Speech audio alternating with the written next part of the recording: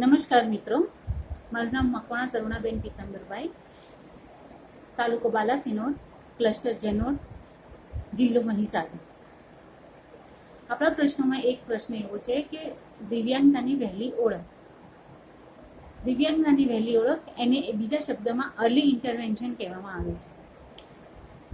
અહીંયા બાળક મંદબુદ્ધિનું છે કે કોઈ પણ પ્રકારની અપંગતાવાળું છે તો એની વહેલામાં વહેલી તકે જો નિદાન થાય તો બાળકની વ્યવસ્થિત સારવાર થઈ શકે છે.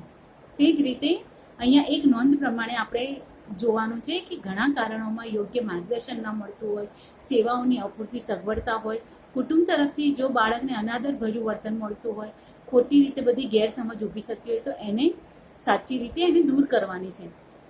આ વિભાગમાં જો ખાસ કરીને મંદબુદ્ધિ બાળક માટેની વિશિષ્ટ પ્રશ્નાવલી તૈયાર કરવામાં આવી છે. એટલા માટે કે બાળકના વિકાસના તબક્કાની અંદર એ ક્યાં મોડો પડે છે, ક્યાં એને તકલીફ છે, એ બધું એના પરથી એને ખ્યાલ આવી જાય છે.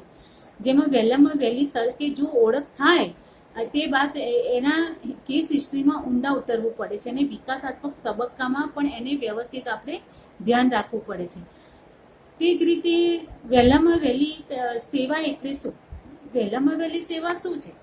એનો મતલબ એમ છે કે વહેલામાં વહેલી સેવા એટલે કે 5 વર્ષથી નીચેના બાળક, મંદબુદ્ધિનું બાળક છે, તેને ગતિશીલ ઇન્દ્રિયોની તાલીમ અને નવજાત શિશુ માટે તત્પરતાલક્ષી કાર્યક્રમ આપવાનું કાર્ય કરે છે. જેમ કે સામાન્યપણે વિકાસમાં જો અવરોધ આવતા તેને દૂર કરવા માટેના ઉપાયો અને તેની ખામીને તાલીમ દ્વારા દૂર કરીને વિકાસશીલ પ્રવૃત્તિઓ દ્વારા કૌશલ્યને ઉત્તેજના આપવાનું શીખવામાં આવે છે. ખાસ કરીને મંદબુદ્ધિ બાળક સાથે જોડાયેલી અન્ય સ્થિતિ જેવી કે સેરેબ્રલ પાલ્સી, ફિઝિકલ શારીરિક પદ્ધતિ, એની હલનચલન વગેરે સુધરે તે માટે વધુ ઉપયોગી છે.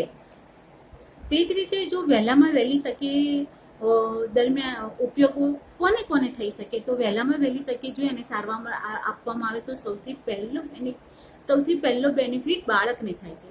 બાળકની સાથે સાથે તેના માતા પિતા, ઘરના ફેમિલી સભ્યો એ બધાને ફાયદો થતો હોય છે. અને એના કરતાં પણ વિશેષ જે બાળક મોડું શીખે છે, જેનો વિકાસ થવામાં જે વસ્તુ બધી મોડી શીખે છે, એમાં ધીરે ધીરે આપણને ખ્યાલ આવે છે કે બાળક ક્યાં એનો વિકાસ મોડો થઈ રહ્યો છે. જેમ કે જો બાળકને થતા ફાયદામાં એવું છે કે ભવિષ્યના શિક્ષણ માટેના કૌશલ્યનો વિકાસમાં વહેલામાં વહેલી દરમિયાનગીરીમાં મદદ કરે છે.